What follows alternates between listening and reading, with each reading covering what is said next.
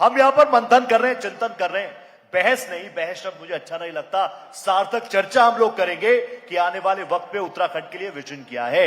मेरे साथ दो बहुत खास चेहरे, खूबसूरत चेहरे, वाइब्रेंट चेहरे मेरे साथ जुड़ चुके हैं। मेरे साथ विनोद चमोली जी, जो कि माननीय विधायक हैं धर्मपुर से। बहुत स्वागत सर, नमस्ते आपको रोहित पोखरियाल का। मेरे साथ करण महाराज जी, जो कि प्रदेश अध्यक्ष है कांग्रेस के। सर आपका बहुत स्वागत भारत एक्सप्रेस के इस प्लेटफॉर्म पर। मैं शुरुआत करण जी आपके साथ ही कर रहा हूं। 24 सालों का हमारा उत्तराखंड हो गया और देखिए हम उत्तराखंड के लोग बहुत इमोशनल होते हैं, इसमें मैं तो कुछ गलत कह नहीं रहा। एंकरिंग करना मेरा काम है, लेकिन अंदर का जो उत्तराखंडी है ना, वो बार बार आकर कुछ चीजों को लेकर कई बार बहुत खुश होता है, गौरवान्वित भी होता है। कई बार लगता है कि यार ये चीजें और होनी चाहिए मेरे उत्तराखंड में, हमारे उत्तराखंड में। इन 24 सालों के सफर में आप उत्तराखंड को कहां से कहां देख रहे हैं? देखिए, प्रश्न भी बहुत अच्छा है और हम सबसे जुड़ा हुआ है।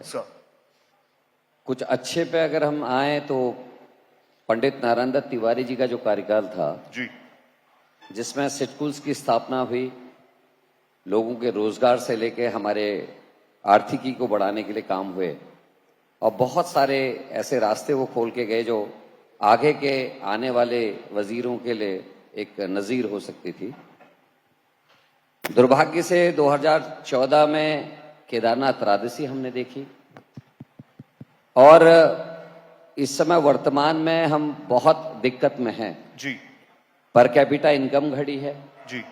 उसके अलावा राज्य जो है 60,000 करोड़ से सीधे 2 लाख करोड़ से ऊपर के कर्जे में चले गया है।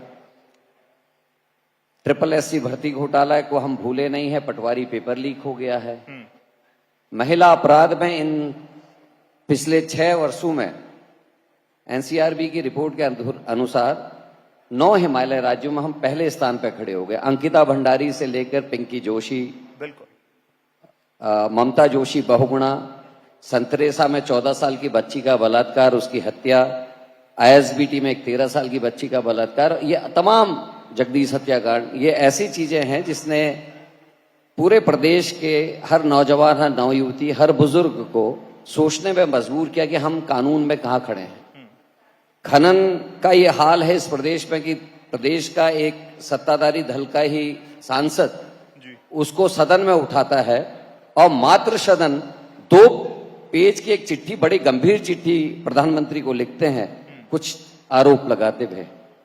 तो जो रास्ता पंडित नारायण दत्त तिवारी दिखा के गए, जिस पे हम आगे बढ़ रहे थे, बाहर से इन्वेस्टमेंट आ रही थी, कोई इन्वेस्टमेंट मीट की जरूरत नहीं पड़ी। हम समिट्स देखते हैं, नोएडा में बैठकर, फिल्म सिटी में बैठकर हम तस्वीरें पढ़ते हैं, रिपोर्ट्स पढ़ते हैं कि उत्तराखंड में तो ऑल इज वेल। देखिए, NCRB केंद्र सरकार का उपक्रम है, ये मैं नहीं बोल रहा जी। इकोनॉमिक्स जो लोग जानते हैं, जो मैं पर कैपिटा इनकम घटने की बात कर रहा हूं या कर्ज बढ़ने की बात कर रहे हैं, मैं नहीं कह रहा हूं, आपके बुद्धिजीवी आप ही के साथी कह रहे हैं। तो एक जो पिक्चर दिखाई जाती है, जो बोला जाता है और जो हकीकत है, उसको अगर हम, आप देखिए आप पत्रकार हैं और सौभाग्य है कि आप इसी मिट्टी के हैं, इसी जमीन के हैं, तो मैं मानता हूं कि कुछ चीज में हमको बिल्कुल साफगोई से काम करना चाहिए, सच को स्वीकार करना चाहिए, तभी आगे का रास्ता सही होगा। चमोली साहब को मैं धन्यवाद दूंगा। पहला रिएक्शन आपसे ले रहा था, मैं एक लाइन जरूर जोड़नी है। मैं चमोली साहब को धन्यवाद देता हूं। 2-3 ऐसे विषय हैं जिसपे जब मैंने प्रश्न उठाया, मैं विपक्ष का हूं, लेकिन चमोली साहब ने बिल्कुल साफ सुथरे तौर पर उन चीजों में अपनी बात रखी, चाहे वो ऊर्जा के क्षेत्र में, जिसमें वैकल्पिक ऊर्जा के रूप में गैस ऊर्जा थी, उसमें 100 करोड़ से ज्यादा बिना 1 यूनिट बिजली दिए हुए सरकार पेमेंट कर रही है। मैंने प्रश्न उठाया था, भाई ने उसमें बात कही कि उत्तराखंड का खजाना लूट रहा है। और देखिए, ये तस्वीर उत्तराखंड से ही आ सकती है कि कांग्रेस का रुख रखने वाले बीजेपी की भी तारीफ हो रही है। देवभूमि उत्तराखंड में ही हो सकता है। तालियां इस पर अगर एक बार हो जाए तो ये देवभूमि हो सकता है। सब पहला रिएक्शन आपने बहुत स्ट्रांग दे दिया। मुझे सर के पास भी जाने दीजिए। विनोद जी यहाँ पर बैठे हैं, काफी देर से हमारे साथ हैं। विनोद जी, मैं पहले सर के पास इसलिए गया क्योंकि विपक्ष की अपनी एक जिम्मेदारी है, इसलिए मैंने कहा चलिए शुरुआत सर के साथ करते हैं। विनोद जी, आप कैसे देख रहे हैं उत्तराखंड को? 24 साल पहले जब हम देखते थे, मैं तो उस टाइम बहुत छोटा रहा, लेकिन आप लोगों का व्यापक अनुभव है इन चीजों में। कुछ ऐसी प्रॉब्लम्स है जो हमेशा से रही, जैसे पलायन एक बड़ी प्रॉब्लम रही। मेरे माता पिता यहां रोजगार नहीं मिला तो दिल्ली गए, मैं दिल्ली में पैदा हुआ, लेकिन जुड़ाव यहां से है। इन 24 सालों के सफर में बदलाव कितना आप महसूस करते हैं? देखिए, अगर उत्तराखंड के 24 सालों का आकलन करना है जी तो 24 साल से पहले के आंदोलन पे जाना पड़ेगा। अब ये उत्तराखंड सिर्फ 24 साल में बना ऐसा नहीं है। नहीं है, बड़ा संघर्ष उत्तराखंड तो पहले से चल रहा है जी। ये ठीक है कि यूनिट उत्तराखंड बाद में बन गई, हाँ लेकिन उससे पहले कुछ प्रश्न हमारे सामने थे जिसके समाधान के लिए हम लोगों ने आंदोलन किया और आंदोलन के बाद ये राज्य निर्मित हुआ और उसके बाद से 24 साल तक चला है जी जिस पर आप बात कर रहे हैं। नजरिया अपना अपना। करण मेहरा जी हमारे उम्र में भी छोटे, मुझसे छोटे भाई हैं, मित्र हैं, हमारे कांग्रेस के अध्यक्ष हैं और आज हमारा प्रमुख विपक्षी दल है। तो स्वाभाविक तौर पर जैसे हम कहते हैं कि एक गिलास में आधा गिलास भरा हुआ है या आधा गिलास खाली है, ये खाली हिस्से को देखेंगे तो मैं भरा हुआ हिस्सा देखूंगा क्योंकि मैं सरकार में हूं। जी बहुत सीधी सी बात। और ऐसा नहीं कि ये लोग सरकार में नहीं रहे। अब आपका उत्तराखंड प्रारंभ होता है नारायण दत्त तिवारी जी के बनने के बाद। मेरा उत्तराखंड प्रारंभ होता है 1952 से, जब उत्तराखंड की मांग शुरू हुई थी जी और मेरा उत्तराखंड मुखर होता है 1994 से, जब हम सड़कों पर संघर्ष कर रहे थे, लाठियां खा रहे थे, जेलों में पड़े हुए थे और हमने तमाम शहादतें दी और उसके बाद उत्तराखंड राज्य को प्राप्त किया। मेरा ऐसा मानना, मेरा पुरुषार्थ वहां से प्रारंभ होता है, इनका पुरुषार्थ नारायण दत्त तिवारी से प्रारंभ होता है। तो ये अंतर है। दूसरा कि जब 2000 में राज्य बना तो नारायण दत्त तिवारी तो 2000 में नहीं आए थे। जहां पर मैं इस कार्यक्रम में बैठा हूं इससे 1.5 किलोमीटर की दूरी पर दिलराम चौक है। उस दिलराम चौक पर जब वहां की जनता संघर्ष कर रहे थे, नारायण दत्त तिवारी जी का काफिला जा रहा था और उस काफिला को हमारी महिलाओं ने रोका, तो नारायण दत्त तिवारी जी ने ही कहा था कि उत्तराखंड मेरी छाती पर बनेगा। वो नारायण दत्त तिवारी जी थे। मैं बता रहा, मैं याद दिलाना चाह रहा हूं, वो हमारे बहुत बड़े नेता रहे, राष्ट्रीय स्तर के नेता रहे, लेकिन मेरे एक आंदोलनकारी के सेंटिमेंट्स हैं।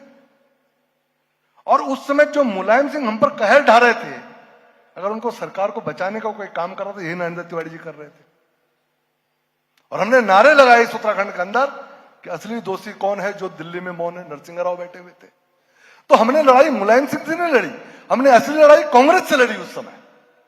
हाय ठीक है, कुछ कांग्रेस के मेरे साथी थे जो स्थानीय मुद्दों से प्रभावित थे, जिनको स्थानीय सोच हावी थी, वो आंदोलन का हिस्सा रहे हैं, मैं मानता हूं इस बात। बहुत सारे लोग मेरे साथ उस समय मूवमेंट में रहे, कई सारे मेरे साथ जेल में भी गए। लेकिन इनका उत्तराखंड मेरे उत्तराखंड में ये थोड़ा सा अंतर है। इनका उत्तराखंड नारायण दत्त तिवारी से प्रारंभ होता है, मेरा उत्तराखंड अटल बिहारी वाजपेयी से निर्मित होता है। मेरे उत्तराखंड का वो इंडस्ट्रियल पैकेज जिसका श्रेय आज नारायण दत्त तिवारी और कांग्रेस लेती है, वो अटल बिहारी वाजपेयी देते हैं। और इस उत्तराखंड को अगर डिरेल करने का किसी ने काम किया, जिसकी सबसे पहले जिम्मेदारी थी इस उत्तराखंड को ठीक करने की, वो थी नारायण दत्त तिवारी जी की। ये तस्वीर आप देखिए और कई सारे जो लोग उत्तराखंड आंदोलन को जानते हैं वो उससे कनेक्ट कर रहे होंगे। सर मैं वापस आऊंगा क्योंकि एक मजबूरी होती है। एक सेकंड, नहीं मेरा विषय पूरा है। मैं कोई बात तथ्य से परे नहीं कहता हूं। पहली इलेक्टेड गवर्नमेंट थी जिसमें नारायण दत्त तिवारी जी हमारे मुख्यमंत्री बने थे। इस प्रदेश की कार्य संस्कृति को ठीक करने का काम, इस प्रदेश की दिशा को ठीक करने का काम, इस प्रदेश की दिशा ठीक रहे उसको बुनियाद देने का काम अगर किसी का था तो वो कांग्रेस की नारायण दत्त तिवारी सरकार का था। जहां से आज हम इसको संभालते पसीने छूट गए इन कांग्रेसियों के भी और हमारे भी इस उत्तराखंड को संभालना मुश्किल पड़ा हुआ है। तो उत्तराखंड बुनियाद बात है। उत्तराखंड सवरा कितना, लॉ एंड ऑर्डर का क्या हाल है, ये जो चीजें सर बता रहे हैं, जो लोग आंदोलन को जानते होंगे इससे कनेक्ट कर रहे होंगे। सर दोनों ही बहुत शानदार वक्ता है, वो आप समझ गए होंगे। चर्चा बहुत इंटरेस्टिंग रहने वाली है। करण जी, अब जैसे मैंने जिक्र किया, मेरे को यहां पर युवा चेहरे नजर आ रहे हैं। अब बहुत सारी चीजें शायद ये जानते हो, शायद ये ना जानते हो। ये आज मुझे यूनिफॉर्म में नजर आ रहे हैं, कॉलेज की यूनिफॉर्म है, स्कूल की यूनिफॉर्म हो सकती है। इनके बहुत सारे सपने होंगे। ये लोग उत्तराखंड में रहकर ही हायर एजुकेशन लें, उत्तराखंड में रहकर ही अच्छी जॉब्स पाएं। इसको लेकर माहौल उत्तराखंड में बनाए क्या? ये बच्चे सामने, इनका चेहरा देखकर बात कीजिएगा। देखिए, मैं इस प्रश्न पे भी आऊंगा, लेकिन विनोद भाई की कुछ बात का जवाब देना अब जरूरी भाई भाई की बात है, दीजिए सर। वो जरूरी है। विनोद भाई ने कहा कि करण मेहरा का उत्तराखंड नारायण दत्त तिवारी जी के बाद का है और 52 की बात की। सन 1952 में सबसे पहले जिसने चुनाव जो लड़ा उत्तराखंड के भावना के साथ, वो मेरे पिताजी थे, स्वर्गीय गोविंद सिंह मेहरा। और ये ब्लिट्स में छपा था, ब्लिट्स के कभी अगर पुरानी चीजों को आप देखें, और मातुली उस इलेक्शन को खुद कवर करने आए थे। पर्वती जन जागा, सीबी गुप्ता भागा, that was the dialogue, right. और उसके बाद मैं अपना परिचय दे दूं, कई रातें कई दिन जेलों में काटे, और स्वर्गीय विपिन त्रिपाठी जी मूर्धन्य नेता थे इस उत्तराखंड के, उनके संग जेलों में रहने का सौभाग्य प्राप्त हुआ है इस करण मेहरा को। मैंने अपनी जॉब और इत्यादि इसीलिए छोड़ी कि मैं उत्तराखंड के लिए कुछ कर सकूं, पहली बात। रही बात उत्तराखंड में परिवर्तन की, तो मैं ये याद दिलाना चाहूंगा, हाकम सिंह मेरी पार्टी का आदमी नहीं था, ना ही वो मंगलौर का डिस्ट्रिक्ट का मंडल अध्यक्ष पटवारी पेपर लीक में जो मुख्य आरोपी मेरी पार्टी का नहीं था। अंकिता भंडारी के मर्डर में जिस पुलकितारिया का नाम आया वो मेरी पार्टी का नहीं था। और जहां तक नारेंद्र तिवारी जी की तुलना कर रही है, तो लोगों को सदन में क्या हुआ उसकी जानकारी होनी चाहिए, क्योंकि बाहर क्या दिखाई दे रहा है, हम क्या दिखा रहे हैं, वो अलग चीज है।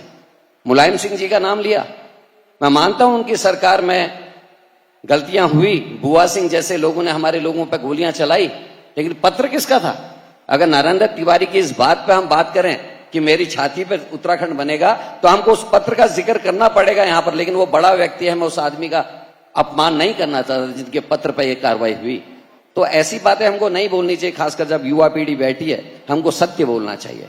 ये कितना परिवर्तन उत्तराखंड में आया कि एक बहन अंकिता के न्याय की बात करती है, एक पार्टी से संबंधित है, ऋषिकेश की रहने वाली थी, मैं नाम नहीं लूंगा, पार्टी ने उसको पद से बाहर कर दिया, पार्टी से बाहर कर दिया इसलिए कि वो अंकिता को न्याय मिले, ये बात कहती है। कहां गई हमारी संवेदनशीलता? हमने बहनों को ऐसा बना दिया कि अगर भारतीय जनता पार्टी गलती करे तो आप बोलेंगे नहीं, दूसरी पार्टी करेगी तो आप हंगामा करेंगे, दिया भी जलाएंगे, अपनी डीपी को ब्लैक भी करेंगे या उसमें कैंडल भी जलाएंगे, लेकिन निर्भया में जलाएंगे, लेकिन अंकिता में आप नहीं करेंगे न्याय की बात। तो ये परिवर्तन मैं व्यवस्था है, कोर्ट्स है, कांग्रेस आपकी पार्टी के लोग आपकी बात नहीं, जो एथिक्स है, देखिए वो कॉन्स्टिट्यूशन लेकर जाते हैं, तो कॉन्स्टिट्यूशन पर तो विश्वास है। अगर नरेंद्र पे क्वेश्चन उठेगा तो फिर खंडूरी जी पे उठेगा। मैं इसलिए इस बात को कहना जरूरी है, क्योंकि एक तरफा बातें नहीं। दूसरा, जहां तक इन बच्चों का सवाल है, ये बात सच है। एक बार न्यूयॉर्क में एक कार्यक्रम में भाग लेने का मौका मिला, और इसी तरीके की कन्वेंशन चल रहा था। उसमें कुछ लोगों ने बड़ी अजीब सी बातें की, उन्होंने कहा साहब पॉपुलेशन बढ़ रही है, ये रीजन है नहीं बढ़ने का, हमारे यहाँ ये प्रथा खराब है। मैंने एक ही बात कही, पॉपुलेशन है, आप उत्तराखंड को ह्यूमन रिसोर्सेज के रूप में डेवलप करने के लिए काम क्यों नहीं करते? और ये हर सरकार को करना चाहिए। मेरा पहला स्पीच जो उत्तराखंड के सदन में है वो आप पढ़िएगा, उसमें बल्कि किसी गुर्रानी जी ने लिखा भी था कि आज का दिन मेहरा के नाम। मैंने यही कहा था कि हमको बाकी सारी चीजें छोड़ के ह्यूमन रिसोर्सेज के रूप में उत्तराखंड के बच्चों को तैयार करने की जरूरत है, क्योंकि हमारे यहाँ उस तरह का इंफ्रास्ट्रक्चर नहीं है, हमारे पास रॉ मटेरियल नहीं है, हमारी फैक्ट्रीज इत्यादि बहुत ज्यादा संभावना नहीं है। सरकार कह तो रही है G20 की 4 बैठकें उत्तराखंड में हो रही है। कहाँ उत्तराखंड में रोजगार के अवसर घटे हैं बड़े, ये बता दीजिए। आपके पास आंकड़े, मेरे पास आंकड़े हैं। मैं विनोद भाई से कहूंगा कि आंकड़े ले आए कि पिछले कुछ वर्षों में रोजगार के अवसर बढ़े हैं कि घटे हैं। हमको इन चीजों पर तथ्यों पर जाना पड़ेगा। खाली ये कहना मैंने ये स्कीम चालू कर दी, वो कर दी, वो कहा है? नरेंद्र तिवारी जी 70% आरक्षण फिक्स करके गए फैक्ट्रीज में। अब विनोद सर के पास ले जाओ ये सवाल। विनोद सर, 2 टर्म से आपकी सरकार, यूजुअली उत्तराखंड में हम देखते थे चीफ मिनिस्टर टेन्योर पूरा कर ले, बहुत बड़ी बात। यहाँ 2 बार आपका आना, और अभी मैं जेपी नड्डा साहब को भी सुन रहा था, वो कह रहे हैं कि राजनीति बदली है जब से मोदी जी आए हैं, जिस स्टेट में बीजेपी जाती है चिपक जाती है। आप मुझे 5 पॉइंट्स बच्चों के सामने बता दीजिए, 5 पॉइंट्स, ताकि वो बच्चे घर जाए तो कुछ लेकर जाए कि भैया कुछ हुआ है हमारे लिए। सबसे पहले तो मुझे खुशी है कि करण मेहरा जी ने अपने आप को करेक्ट किया,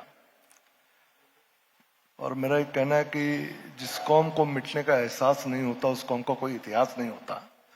उन्होंने अपने पिता के कंट्रीब्यूशन को याद किया मेरे कारण, और विपिन त्रिपाठी जी का नाम लिया, तो मुझे अच्छा लगा कि थोड़ा वो फ्लैशबैक में गए और उनको समझ में आया कि उनके परिवार का भी बहुत बड़ा कंट्रीब्यूशन इस उत्तराखंड को आगे बढ़ाने में। अपने पिता को इस मन से याद किया, आपका बहुत बहुत धन्यवाद। और मैं आपको वहां तक ला पाया, इस बात की मुझे खुशी है। दूसरी बात, यहां पर अब आपने एनडी तिवारी की बात से बात को बढ़ा दिया। मैं आप ही से एक बहुत छोटा सा सवाल मेरा है कि जब एनडी तिवारी जी की सरकार चल रही थी तो हर 15 दिन में हरीश रावत जी एक चिट्ठी लिखते थे और लेटर बम का नाम दिया इस उत्तराखंड में लोगों ने उस चीज को। एक लेटर बम फूटता था और एनडी तिवारी जी की सरकार इनस्टेबल होती थी और 5 नॉमिनेशन हो जाते थे। और उस सरकार में ही नौछमी नारायण बजा। ये जो आज 150 लाल बत्तियों की भरमार आज जिसको हम रोक नहीं पा रहे हैं, ये उसकी देन है। ये जो विवेकाधीन कोष की बंदरबाट कुछ समय बात हुई थी, ये उस सरकार की देन है। ये फाउंडेशन है उत्तराखंड का, ये फाउंडेशन है ना। नहीं, मैं आपकी बात पर भी आ रहा हूं। इन्होंने मुझसे कुछ सवाल किया है। नहीं, इन्होंने कुछ सवाल किया। अरे अभी टाइम देंगे तो दिन भर कर सकते हैं ना, क्या दिक्कत।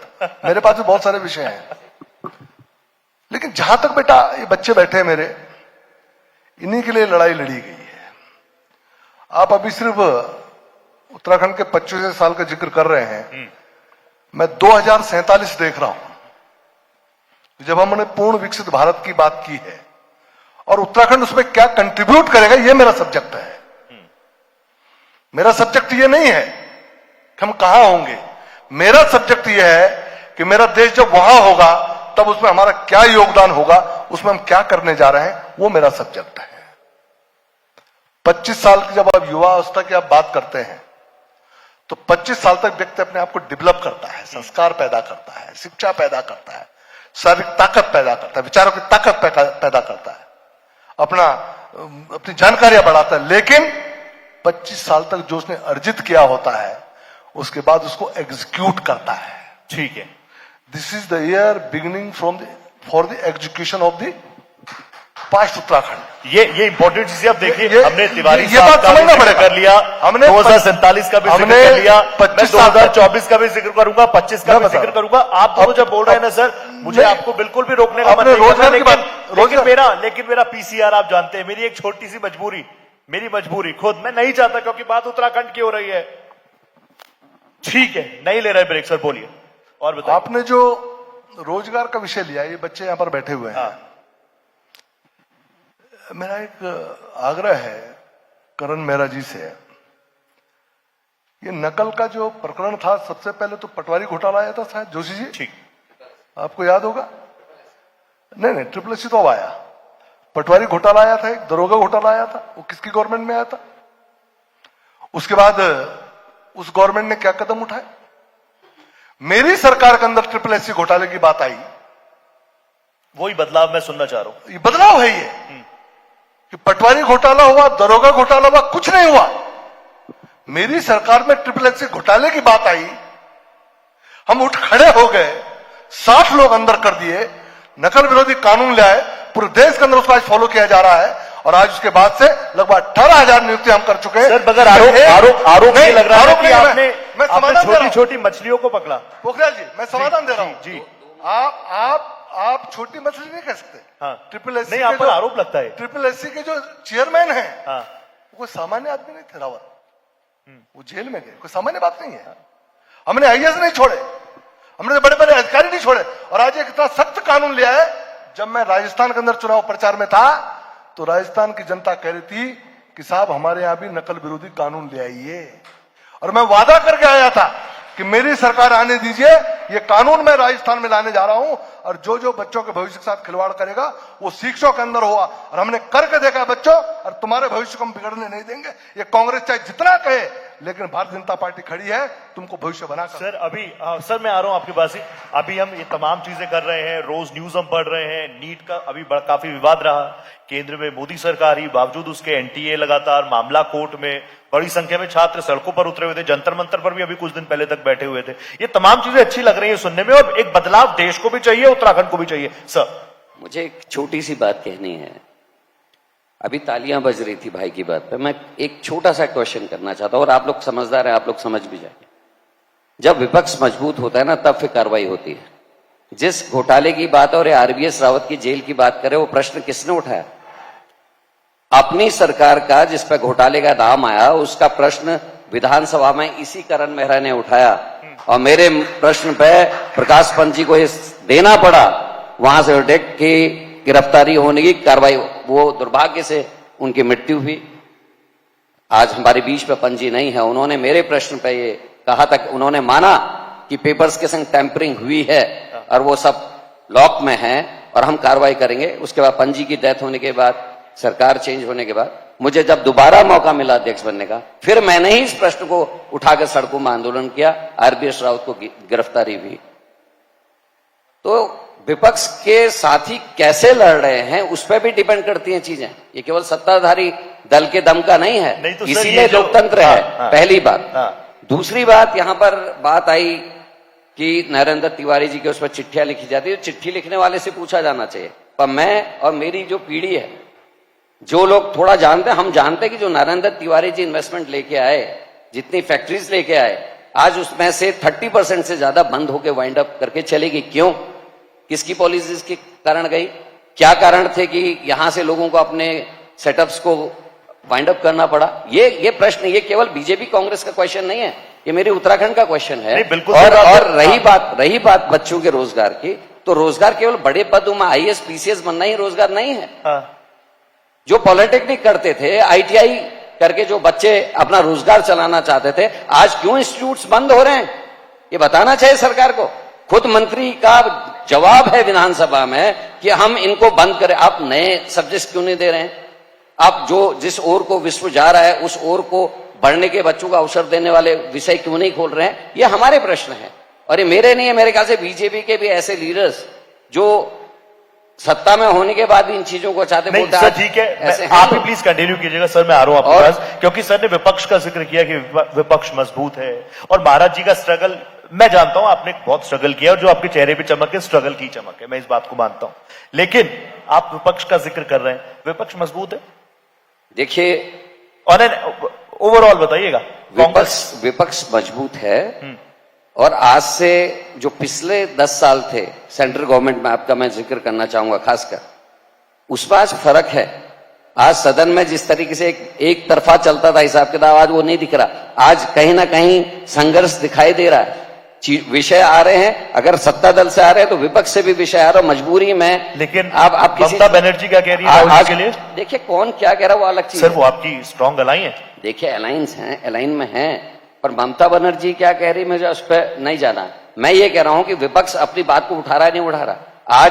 आज मैं कहना नहीं चाह रहा था, लेकिन आपने जिक्र कर दिया। अडानी का विषय आज लोकसभा में उठने के लिए सर मैंने पहले भी कहा, लेकिन उसमें यही तो बोला जा रहा है कि विपक्ष ये मुद्दे लेकर आ रहे हैं। आप अडानी का जिक्र करेंगे, उधर से सोरोस का शोर आ जाएगा, ये भी तो समझिए। मैं वही तो कह रहा हूं कि जिस बात को ये कह रहे हैं, सिरोजी की बात, ये जो बात कह रहे हैं, उस पर कुछ प्रूफ तो करें। गवर्नमेंट आपके जेल में डालो ना। लेकिन अडानी वाले में एक चीज आई है, उसमें एंकर भी फंसे हैं, उसमें बीजेपी का प्रवक्ता भी फंसा है। वो कहता है कि साहब कहां दी गई रिश्वत? वहां दी गई जो स्टेट्स पे बीजेपी की गवर्नमेंट नहीं थी, ये कहा ना। और आपने मान लिया कि रिश्वत दी गई। तो जो कांग्रेस रूलिंग स्टेट है, लेट मी कंप्लीट सर, जो कांग्रेस रूलिंग, क्योंकि ये एक तरफा हो जाता है सर, ना इसका विषय है इस वाले कॉन्क्लेव से। कंप्लीट तो करने नहीं, आप प्लीज नहीं, मुझे let me speak. Sir please आप बोलिए। आपने स्वीकार कर दिया कि जितना आपको मौका दिया आपने है, स्वीकार किया कि रिश्वत दी गई। हमारे देश के कानून के हिसाब से रिश्वत लेना और देना दोनों अपराध हैं। प्रूव हो गया। अभी आपने एक उसमें कहा कि प्रूव हो जाए। क्यों अडानी को नहीं गिरफ्तार किया जा रहा है? और वो जो सत्ताधारी लोग थे, मैं नहीं कह रहा कि कांग्रेस का बीजेपी का, जो भी था उसको गिरफ्तार करते, लेकिन घूस देने वाले को, क्योंकि ये जो बैठे हैं, बिजली की कीमतें बढ़ने का इनकी पॉकेट से खर्चा जाना है, इनकी जेब से पैसे जाना है, इनके लिए जिम्मेदार है गवर्नमेंट, किसी एक व्यक्ति के लिए नहीं। वैसे विषय है नहीं, फिर भी कांग्रेस रूलिंग स्टेट्स में भी तो प्रोजेक्ट्स मिल रहे हैं, वहां कोई दिक्कत नहीं है। ये वन साइडेड नजरिया बहुत प्रॉब्लम है सर। शायद कांग्रेस से लोग इसीलिए भी थोड़ा दूर इसलिए भी हो रहे होंगे कि आप लोग कंप्लेन ज्यादा करते हैं। नहीं, ऐसा नहीं लगता। मैं देखो फिर कह रहा हूं साफ, करण मेहरा की हैसियत से, अगर कांग्रेस ने कहीं अपराध किया है तो सरकारें हैं, जेल में डालिए ना। कौन मना कर रहा? हम ये कह रहे हैं कि राहुल गांधी को जेल में मत डालो। 55 घंटे ईडी ने बैठा के रहा, हम मना कर रहे हैं क्या? आप फिर लगाओगे नहीं? ईडी, सीबीआई, आईटी, ना तो करे ना। अब सर को रिएक्ट करने देते हैं। करे ना, लेट देम। देखिए 55 घंटे बैठे ना, मेरा जी, 55 घंटे बैठे ना, गिरफ्तार क्यों नहीं कर रहे? करें। मेरा एक आग्रह है कि हम उत्तराखंड पर डिबेट कर रहे हैं प्लीज। हाँ, और जितना हम इधर उधर की बातें करेंगे हमारा समय किल होगा। वहां पर भी आपके लोग जवाब देने के लिए बैठे हैं, मेरे लोग भी वहां जवाब देने के लिए बैठे हुए हैं। Let them debate eight their own, वहां उनको करने दीजिए। यहाँ उत्तराखंड की बात करिए ना यार, हम उत्तराखंड के लिए बैठे हुए। क्यों बच्चों, गलत बोलना हो गया? उत्तराखंड में बात करेंगे ना, वहां के लोग बहुत लोग हैं जवाब देने के लिए, रोज डिबेट चल रही है। अब पॉलिटेक्निक आईटीआई में आप जरा पॉलिटेक्निक्स का जो स्टैंडर्ड है वो कितना अपग्रेड हुआ है इन वर्षों में, जरा उसका आकलन करिए ना। आप आकलन करिए। जिनको बंद किया गया इसलिए किया गया कि वहां पर छात्र संख्या कम थी, छात्र संख्या थी नहीं। लोगों ने जो हमारे अपग्रेडेड इंस्टीट्यूशंस हैं उनको चॉइस किया, उसके कारण वह छात्र संख्या कम हो गई, लेकिन उनमें कम हो गई, लेकिन ओवरऑल कितनी बड़ी उस पर आप नहीं जा रहे हैं। आप ओवरऑल जो छात्र संख्या है इन इंस्टीट्यूशंस में कितनी बड़ी है, आप उसका आंकड़ा लेकर आइए ना, आपको समझ में आ जाएगा। आप बीमारू संस्थाओं को कब तक चलाएंगे? आपने भी सरकार चलाई, नहीं आपने भी सरकार चलाई है। आप कोई भी सरकार बीमारू संस्थाओं को कब तक खींचेगी? उन संस्थाओं को अपग्रेड करेगी, ठीक करेगी, वहां पर क्वालिटी ऑफ एजुकेशन देगी, क्वालिटी ऑफ ट्रेनिंग देगी, और उसके कारण छात्र उसमें प्रिफर करेंगे। अगर बेटर ऑप्शन हम दे रहे हैं और उसके और छात्र जा रहे हैं तो आपको क्या आपत्ति हो सकती है उसमें? मैं इस बात का जवाब, इंपॉर्टेंट है, रिएक्ट कर दीजिए। ये जरूरी है। बात बिल्कुल ठीक है कि बहुत अच्छे सब्जेक्ट्स और उन्नत होना चाहिए, लेकिन सरकार ने लोगों को फैसिलिटेट करने के लिए है, घाटा और नुकसान देखने के लिए नहीं है, फायदा और नुकसान देखने के लिए नहीं है। और पर्वतीय राज्य है ये, इसको समझने की जरूरत है। जो लोग यहां बैठे हैं संभवतः वो सब लोग सक्षम हैं, लेकिन गांव के वो बच्चे जिनके माँ बाप के पास फीस देने के लिए पैसा नहीं है, वो अपने बच्चे को दूसरे जिले में भेजकर कमरा किराए का लेकर फीस भी देकर अपने बच्चों को नहीं पढ़ा पाता। इसीलिए कोशिश की थी सरकारों ने कि हम छोटे छोटे इलाकों में इस तरीके के आईटीआई पॉलिटेक्निक्स को खोलें, और वहां का जो गरीब और होशियार बच्चा है, जो सक्षम है, जिसके अंदर बुद्धि है पर परिवार के पास उसको मदद करने की स्थिति नहीं है, वो लोग भी एजुकेट हो सके। अगर हम घाटा और फायदा देंगे तो फिर हमको तो लाला जी की दुकान खोलनी चाहिए, हम सरकारें नहीं हो सकते। अपने अपने पॉइंट से सर, अब क्योंकि तमाम लोग यहाँ पर मौजूद हैं, मैं अपने दिल की बात अब करना चाहता हूँ, आज की प्रॉब्लम्स को एड्रेस करने की बात करना चाहता हूँ। अगर आज से 10 साल पहले की मैं कोई कंक्लेव उठा के देख लूं, इश्यूज लगते नहीं है, बिल्कुल सेम ही थे भैया। पलायन एक बड़ा मुद्दा था, लॉ एंड ऑर्डर का एक बड़ा मुद्दा था। पलायन एक वाकई बहुत बड़ी प्रॉब्लम है, और हम एक डेमोग्राफी चेंज का ही एक्सपर्ट बता रहे हैं कि डेमोग्राफी चेंज हो रहे हैं। तो इस दिशा में सरकार कुछ सोच रही है, नहीं सोच रही, या सिर्फ और सिर्फ टीवी डिबेट्स पर हम इस मसले पर बात करते रहेंगे? इस प्रॉब्लम को एड्रेस करेंगे हम? देखिए, ऐसा है, पलायन पर मेरा भी काफी अध्ययन रहा है। जी जी, मैं मेयर भी रहा हूं शहर का, और शहर में जो आबादी बढ़ रही है वो एक चिंता का विषय भी है, क्योंकि पहाड़ों से लोग निकलकर शहरों की ओर आ रहे हैं। और इसमें कठिनाई क्या हो रही है कि पहाड़ तो खाली हो रहे हैं और शहरों पर दबाव बढ़ रहा है, तो शहर भी कहीं ना कहीं इसके कारण परेशान है। हम औसतान सुविधाएं पूरी नहीं कर पा रहे हैं और गांव खाली हो रहे हैं। तो ये एक बड़ा सब्जेक्ट है जिस पर विचार होना चाहिए। और आप अगर पूरे देश के अंदर जो शहरी आबादी का आंकड़ा देखेंगे तो पूरे देश में 27 से 30% के बीच ये आंकड़ा चलता है इस समय। लेकिन उत्तराखंड एक ऐसा राज्य है जिसमें जो शहरी आबादी है 40% है, उत्तराखंड का तो ज्यादा है। तो इससे पता चलता है कि यहां पलायन ज्यादा हुआ है जी। लेकिन यह भी सही है कि पलायन एक यूनिवर्सल फेनोमेना है। पलायन सिर्फ उत्तराखंड में नहीं है, यूनिवर्सल फेनोमेना है। सर मगर वो रीजन अलग हो गए। रीजन हिमाचल को साथ में देखते हैं। मैं बता रहा हूं, मैं एक बात बता रहा हूं। आप उत्तराखंड की तमाम विभूतियों को ले लीजिए जिनको आज हम मंचों से महिमा मंडित करते हैं। मुझे बताइए कितना परसेंटेज वो है जो पहाड़ में रहकर उसके बाद बना है? तो ये प्रॉब्लम है सर। आप पोखरियाल है ना ji, this is a big problem. मेरी धर्मपत्नी भी पोखरियाल है, सुन लीजिए मेरी बात, आप उस एंगल से सुनिए। आपने कहा कि आपके पेरेंट्स दिल्ली गए जी, आपने वहां शिक्षा ली, आज आप एंकर बन के हम लोगों से डिबेट करवा रहे हैं। क्या पहाड़ में कोई बच्चा गांव में रहकर क्या इस लहजे में डिबेट करने लायक बने? क्यों नहीं, मेरा सवाल ही है, क्यों नहीं? मैं कहना चाहता हूं पलायन हमेशा अवसाद नहीं है। Try to understand me. मैं फिर कह रहा हूं, बी पॉजिटिव। पलायन नहीं होना चाहिए, हमारा प्रयास होना चाहिए। हमको बेटर सुविधा देने हमारा प्रयास होना चाहिए। लेकिन पलायन कोई अवसाद हो गया या अपराध हो गया, उत्तराखंड के लोगों को अपने सोच का तरीका बदलने की आवश्यकता है। आज हम मंचों से बिपिन रावत जी का नाम लेते हैं, पहले सीडीएस से हमारे सिरमौर हैं। आज हम एनआईए अजीत डोभाल जी का नाम लेते हैं, हमारे सिरमौर हैं। अनिल चौहान जी का नाम लेते हैं, हमारे सिरमौर हैं। यही नारायण दत्त तिवारी जी का हम नाम ले रहे हैं, जो इलाहाबाद में जाके शिक्षा प्राप्त कर रहे हैं। हमारे हिम्मती नंदन बहुगुणा है, जो कि हिमालय पुत्र हुए, इलाहाबाद जाकर उन्होंने संघर्ष किया। मैं गिना रहा हूं, मैं पहाड़ को बहुत नजदीक से देखता हूं और पहाड़ के कारणों को भी समझने की कोशिश करता हूं, क्योंकि मैं एक्टिविस्ट हूं उत्तराखंड आंदोलन का। मैं एक्टिविस्ट हूं, that's why I am talking to you sir. और इसीलिए मैं आपसे दिल खोल के सवाल कर रहा हूं। लेकिन मैं एक निवेदन करना चाहता हूं सभी लोगों से, हाँ। कि पलायन को सिर्फ एक ही दृष्टि से नहीं देखना चाहिए, पलायन को प्रोग्रेसिव दृष्टि से भी देखना चाहिए। कि कहीं ना कहीं जिन लोगों ने पलायन किया, उन लोगों ने प्रोग्रेस भी की है, और ये इंसानी फितरत है कि अगर उसके पास संसाधन है, बेहतर सुविधाएं हैं, तो बेहतरी की ओर जाएगा। सर मैं एक चीज और और मैं बताऊं? करण मेहरा जी से पूछना चाहता हूं। आपने बताया कि नहीं, मैं इन्हीं से नहीं, मैं ये जानना चाहता हूं। सुन लीजिए सर, मेरा दिल्ली में घर है, सुन लीजिए, मम्मी पापा हैं, मैं आज भी पता है वो बात करते हैं तो कहते हैं कि भैया जब हम 60 प्लस हो रहे हैं हमें जाना उत्तराखंड ही है। अच्छी बात। ये इंफ्रास्ट्रक्चर अगर उत्तराखंड में मिल जाए तो क्या प्रॉब्लम है सर? मैं मना नहीं कर रहा हूं, सर कब मिलेगा सर? देखिए, मैं मना नहीं कर रहा हूं, मैं फिर आज कह रहा हूं, मैं मना नहीं कर रहा हूं, लेकिन मैं ये भी जानता हूं कि आज तमाम पॉलिटिशियंस जो उत्तराखंड में जाके चुनाव जीतते हैं और उसके बाद देहरादून के हो जाते हैं और उस पर यहाँ के भाषण देते हैं। मैं इस बात इसलिए कह रहा हूं कि उत्तराखंड से उतर के देहरादून में आके पलायन की बात करते हैं, वो पहाड़ पर रहकर नहीं करते। क्यों नहीं करते? मैं तो गांव में मकान बना रहा हूं, मेरा तो घर है, मैं जाता हूं, मैं तो आज भी जाता हूं, मेरा घर बन रहा है, मेरा घर है वहां पर, मेरा परिवार जाता है, मैं अपने परिवार को लेके जाता हूं। लेकिन पलायन यहां पर सिर्फ एक ऐसा सब्जेक्ट हो गया है, किसी से डिबेट कीजिए, वाहवाही लीजिए और पहाड़ पे जाना नहीं। ठीक है, आपने अपना पॉइंट रखा सर। ये जो पॉइंट ऑफ व्यू आया सर का, मैं पूरी 100% तो सेटिस्फाई नहीं हुआ इससे। मैं तो चाहता हूं कि मेरे उत्तराखंड में, दिल्ली में जो रह रहे हो ना, वो उत्तराखंड आए कि हमें तो साफ हवा भी मिलेगी, बेहतर व्यवस्थाएं भी मिलेंगी। ये दिल्ली वाला स्ट्रक्चर पोखरियाल जी, ये दिल्ली वाला बोलता है, वहां रहने वाला नहीं बोलता। वहां रहिए ना, दिल्ली में बैठ के मत बोलिए। नहीं सर, तो दिल्ली में व्यवस्था है नहीं। जो बात आपने कही कि आपका घर है, वो हमारा भी घर है। मेरा झगड़ा यही है कि आप कृपा करके बड़े शहरों में बड़े आदमी बनकर पलायन पर बात मत करिए, आप अपने गांव जाइए। सर ये आपका गांव में बैठ चीज हो गई। एक तरफ आप कह रहे हैं पलायन इस आप अपने गांव जाइए।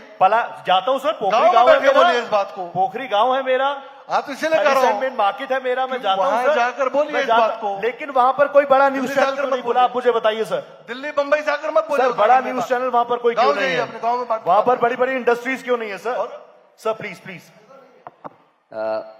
सब्जेक्ट बहुत इंपॉर्टेंट है और ये खासकर ये प्रश्न जो आपने पूछा, इसको दो दृष्टिकोण से देखने की जरूरत है कि क्या जो इनकम है उसमें टैक्स सबका बराबर है। तो क्या गांव वालों को अच्छी रोडों में चलने का अधिकार नहीं है? क्या गांव वालों को अच्छे स्वास्थ्य का अधिकार नहीं है? क्या गांव वालों के बच्चों को अच्छी शिक्षा का अधिकार नहीं? जो पलायन के 2-3 रीजन है।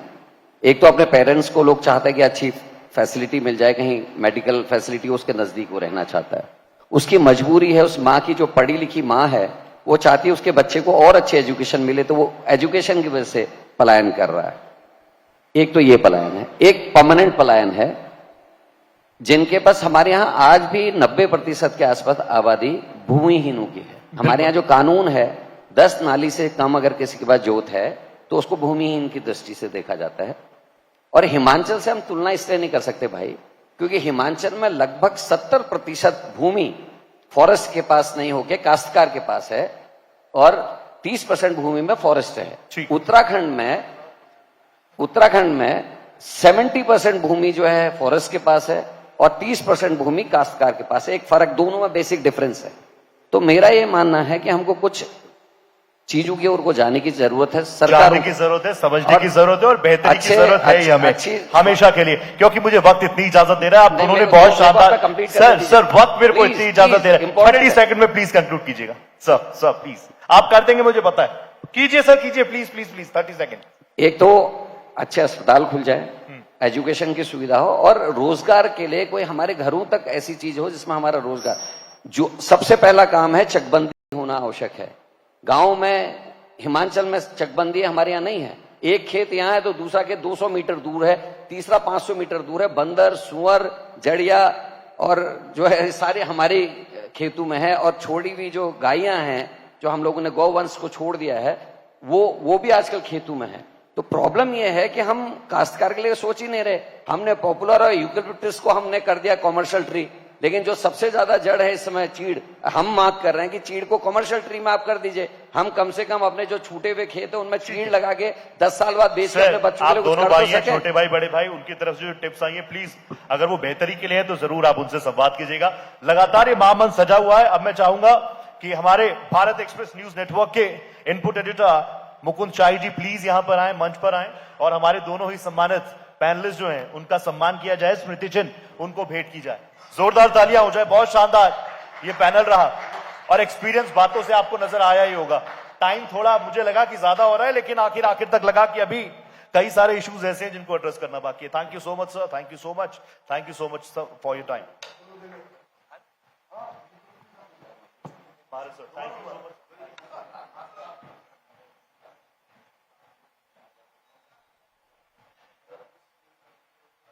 Thank you so much, sir. It's a pleasure.